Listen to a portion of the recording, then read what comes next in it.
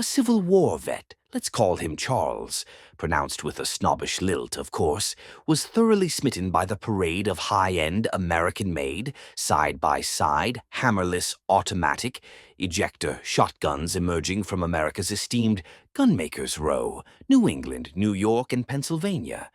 After the war, as peace settled over the country, the gun industry, both domestic and abroad, surged with innovation. Restless, creative minds were bringing forth advanced break-open mechanisms and hammerless designs that would become the gold standard of fine sporting arms. Pinpointing a single leader in this revolution of American breech-loading shotguns is difficult. Many of today's legendary names leapt onto the bandwagon after the Anson and Dealey boxlock design appeared in 1875.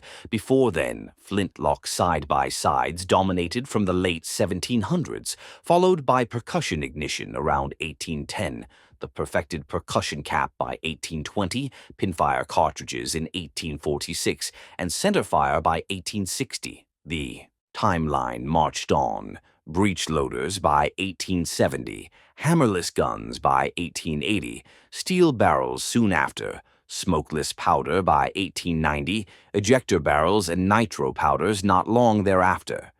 By the time Charles decided to reward himself for surviving the Civil War, he had a suite of celebrated manufacturers to choose from: Lefevre, Parker, Remington, Winchester, A.H. Fox, L.C. Smith, Harrington and Richardson, Ithaca, and others.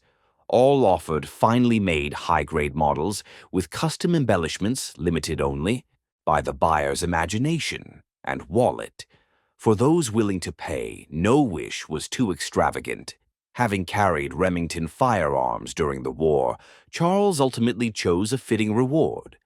The Remington Model 1884 grade EE 12-gauge side-by-side shotgun, the highest standard production grade, surpassed only by a few rare 1884 special and custom trap-grade guns.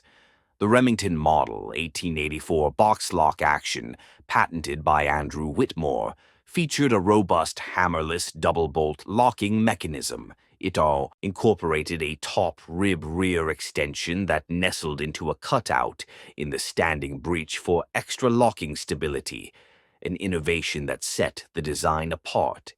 The break-open action was activated by the Scott spindle top lever, a hallmark of refined engineering. The Model 1884 came in 5 standard grades, A through E, along with trap, pigeon, and bespoke custom orders. Buyers could choose from Damascus, Remington steel, or ordnance steel barrels ranging from 28 to 32 inches, with or without ejectors. Grip styles varied, as did gauges, 10, 12, and 16. Charles's Model 1884 EE grade was an astute choice. 30-inch ordnance steel ejector barrels, both choked, improved, modified. A classic filed concave game rib featured front and center ivory beads and the rib extension lock for added stability.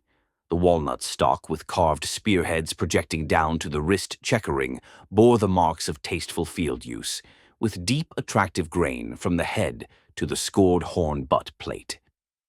The straight-hand stock wrist displayed a unique 28 lines per inch checkering pattern, leading down to an inlaid gold nameplate near the toe. Side stock panels featured a 32 lines per inch checkering design extending into the wrist, and the top of the panel was accented by a scalloped edge which abuts the frame. The Ford, with its Anson pushrod release, is graced by an elaborate checkering pattern combining both 28 and 32 lines per inch. All steel surfaces were richly engraved with delicate scroll work. On the left side of the frame, a detailed panel engraving shows a bird dog holding a retrieved grouse.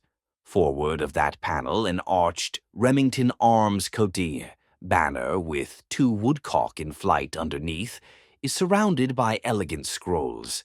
On the right side, a drake wood duck stands at the marsh's edge, while forward, under a similar Remington Arms Cobus banner, a hen and drake glide peacefully in the water. The trigger plate tells a more dramatic story: 2 hounds pulling down an elk in A wooded scene, surrounded by engraved floral bouquets and swirling scrolls.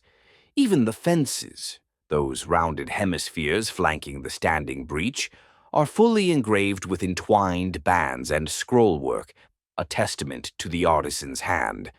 The top lever and strap on which the raised safety mounts are profusely engraved, along with the trigger guard bow and extended bottom strap on which the gun's serial number, SN 1160119, is displayed.